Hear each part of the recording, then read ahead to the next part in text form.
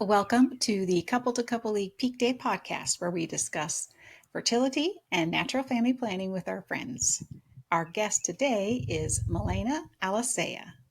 Melayna is a Catholic wife and mom of 3 young boys. She works from home as a femme fertility health educator. Melayna is passionate about sharing the truths and beauty found in fertility awareness, helping women recognize the genius of their feminine design and guiding couples in honoring their shared fertility. She wants everyone to know that fertility is a sign of health and that every woman deserves good health care that will help her restore her reproductive health. In her free time, Melayna enjoys hiking, gardening, and writing about her faith and fertility awareness. Welcome, Melayna, to the Peakday Podcast. Thank you. I'm excited to be here. My husband owns a wood craftsman business, and so he does a lot of hiking staffs, historical wood art. He bases a lot of it off of the Cherokee culture and the Scott Irish culture because we live where they mixed. And then I work from home as a fertility health educator and um, chasing around 3 little boys. That is my life. What was your motivation, Melayna, to becoming a health educator? Yeah. It actually all started with my marriage prep.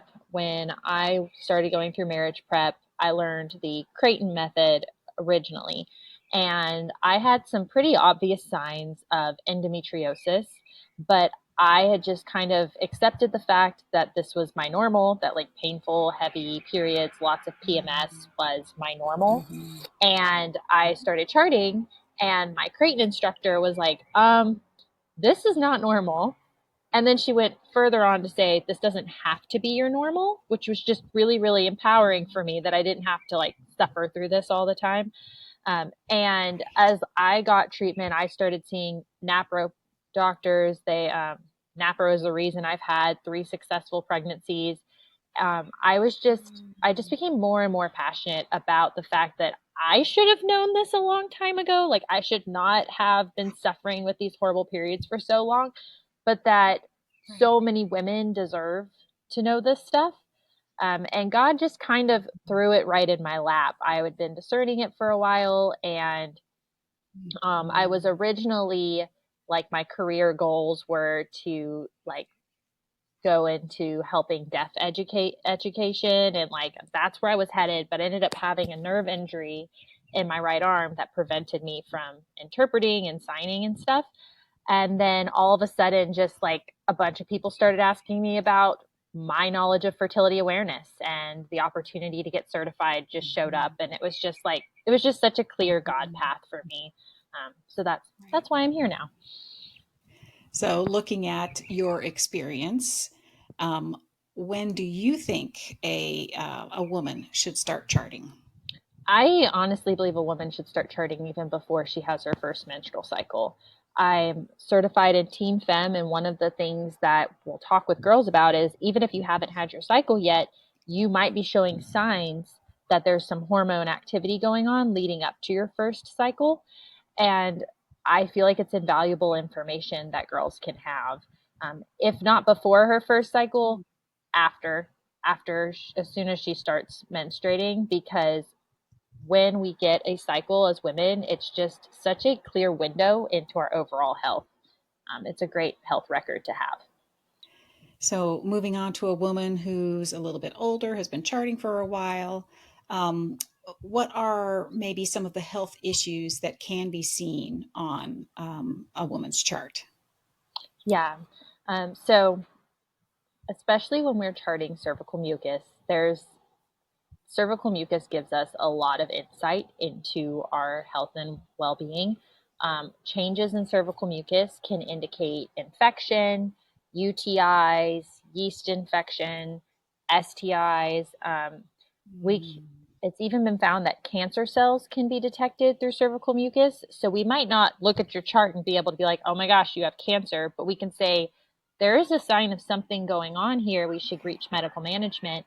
And women have been able to get cancer treatment earlier than they would have because their body was already showing signs before they were necessarily showing symptoms physically. So Those are just some of the things. And then also infertility. Infertility is actually a disease. So our chart can show us signs of infertility and why you might be infertile. For example, short luteal phases tend to be a big example of low progesterone, which is one of the number one causes of infertility.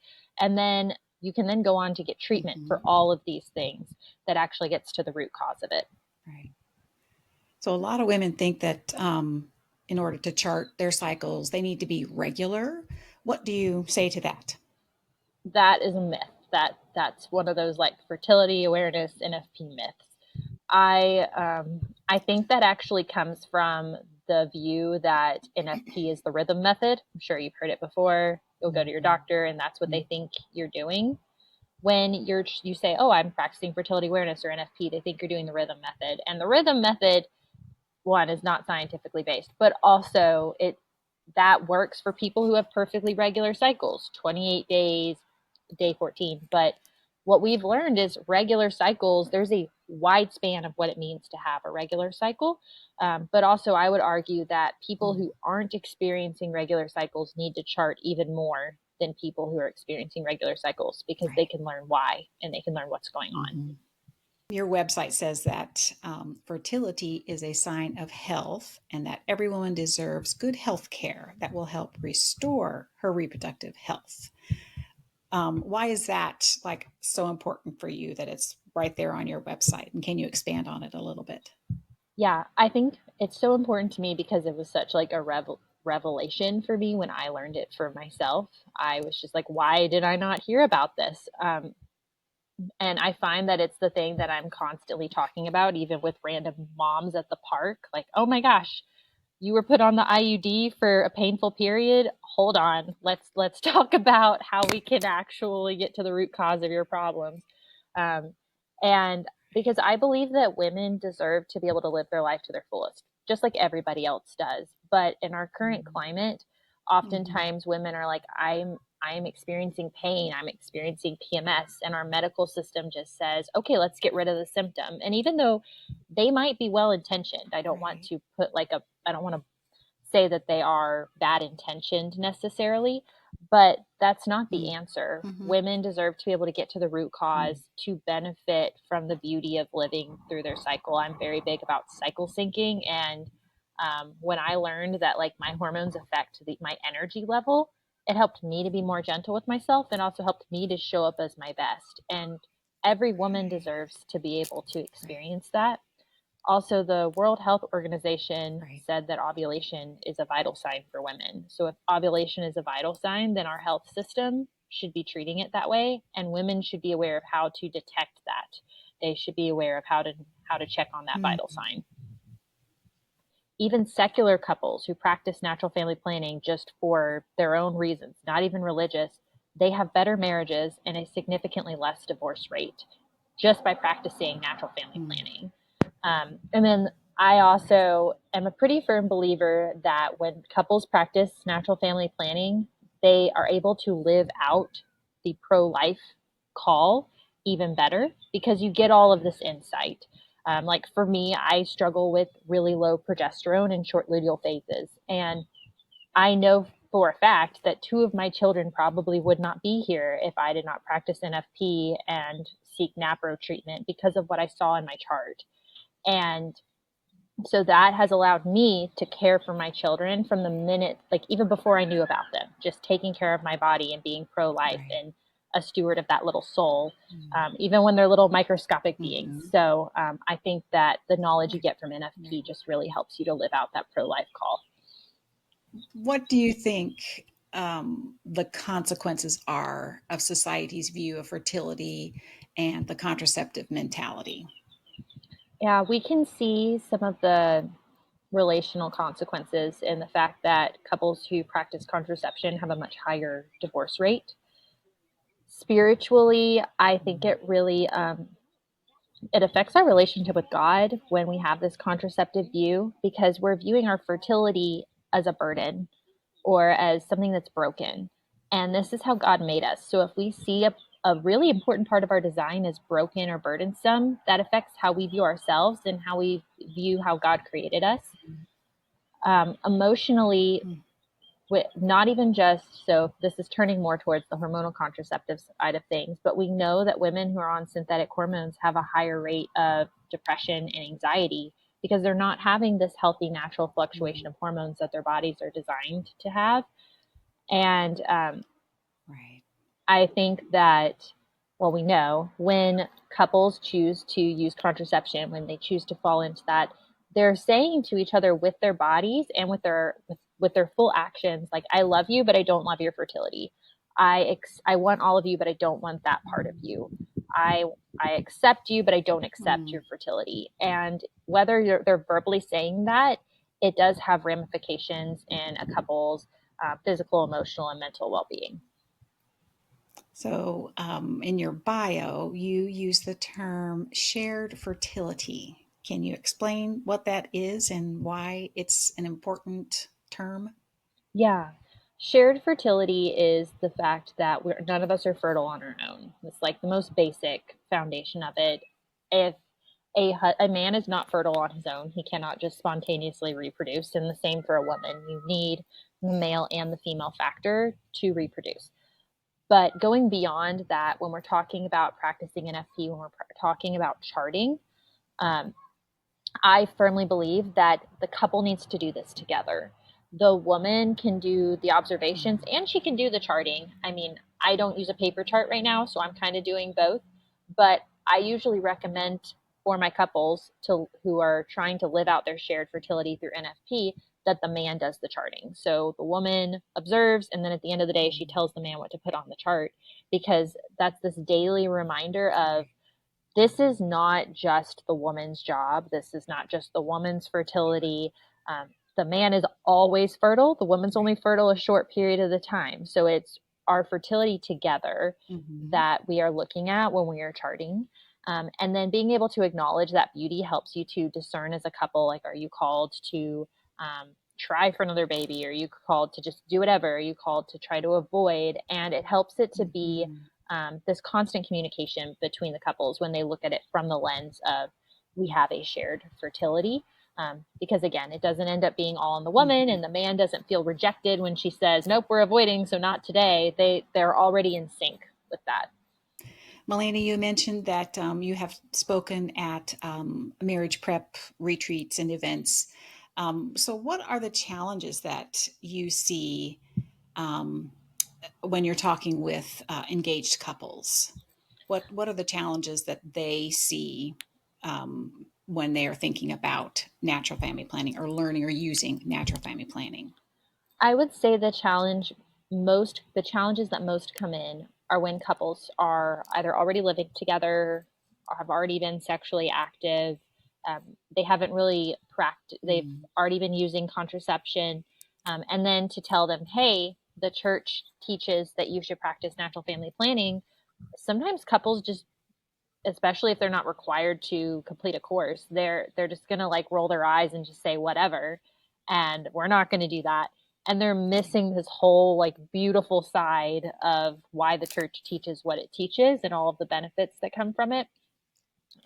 But so it's that kind of like, Right.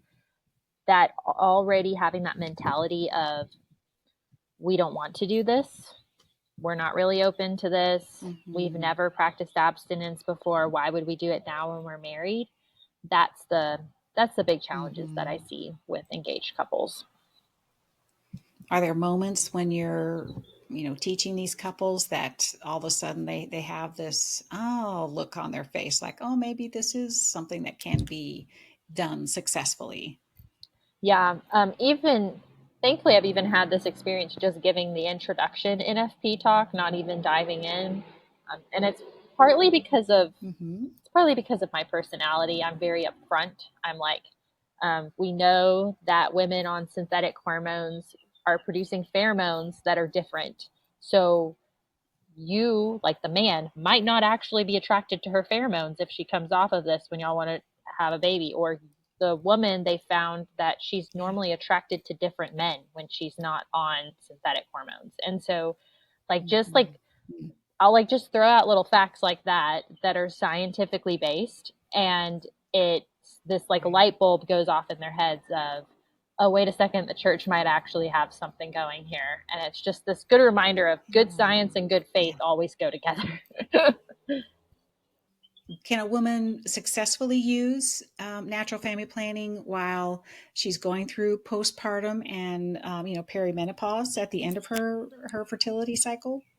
Yes, she absolutely can. I've used it successfully. I'm now on my third time being postpartum, so I'm just like starting back up on that journey. But you can very successfully use Okay. that. A woman in these situations will want an instructor who feels confident in postpartum and perimenopause because they present unique challenges. Because the body is going through Right. a whole Right. different series of transition in their fertility phase. But Mm-hmm. it is definitely Mm-hmm. something you can do, and I would argue it's something that you really want to do. Postpartum women, you could ovulate, but your body might not actually be ready to carry a healthy pregnancy, and you can see that in your charts. And Mm-hmm. with perimenopause, you Right. can Right. accurately watch your hormones fall over time. So your doctor isn't just diagnosing you with menopause based on age; he's able to diagnose you based off of actual data. You also are a writer. Can you tell us a little bit about that? I run my own Mm-hmm. newsletter that is Catholic, but I have a whole like section dedicated to just fertility awareness topics. But I talk a lot about family life and Mm-hmm. faith and health and living all of those things out day by day. It's a platform for me to share this valuable information to women of all backgrounds because I see a Mm-hmm. lot where Catholic women will see this teaching on NFP as legalistic, and they don't understand why the church would teach this, and they're completely missing the point that it's not just a rule you have to follow; it's actually for your greater spiritual, physical, and mental well-being. Mm-hmm. But I also see Mm-hmm. a lot of secular people who are drawn to the Catholic Church because of its teaching on NFP, because they recognize the science and all of the benefits behind it.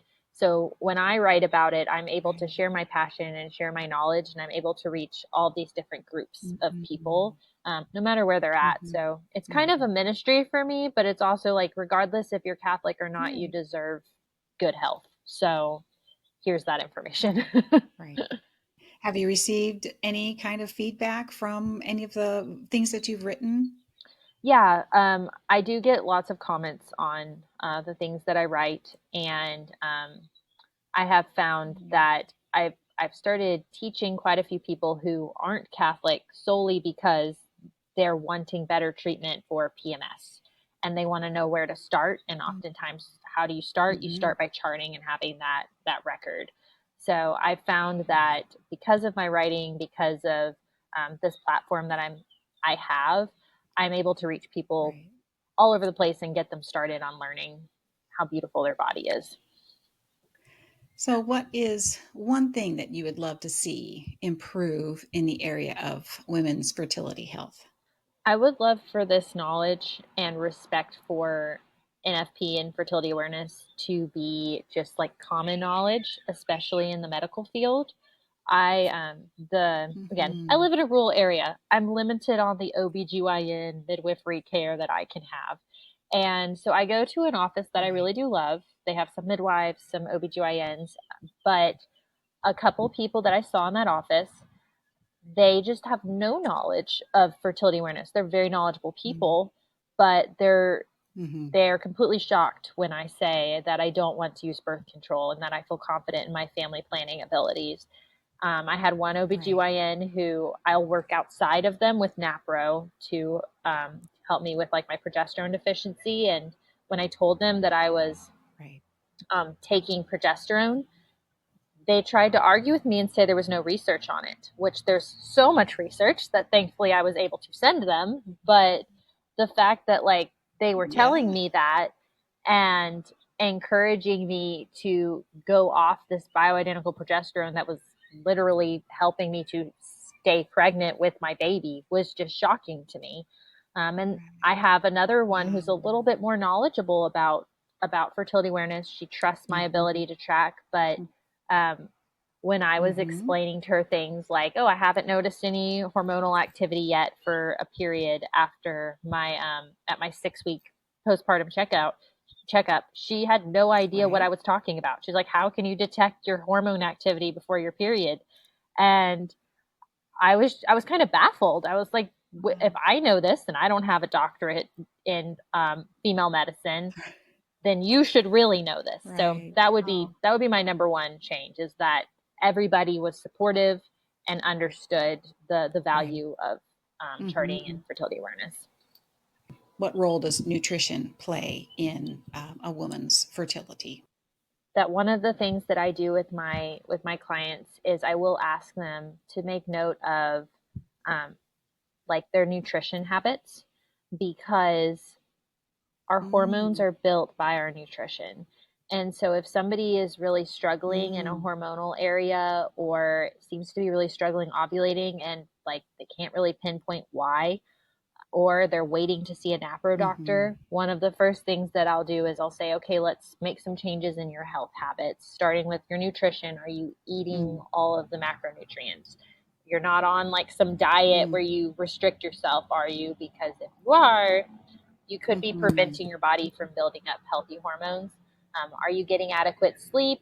So Okay. that's one of the first things I'll do, is I'll walk them through what healthy habits Mm-hmm. they're practicing, because while you're waiting to get in with Mm-hmm. a NAPRO, or you're waiting to see one of these medical Right. management providers, you can still do stuff. You can still help Mm-hmm. yourself. You can, Mm. just by starting with your Right. healthy habits and how you're taking care of your body.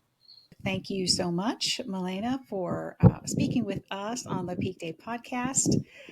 Good luck with everything that you're doing. Good luck with your family and your little 2 month old baby. Thank Um, you. just we appreciate your taking the time to talk with us, and thank you for your passion for women's health as well. Thank you for having me. I really enjoyed it.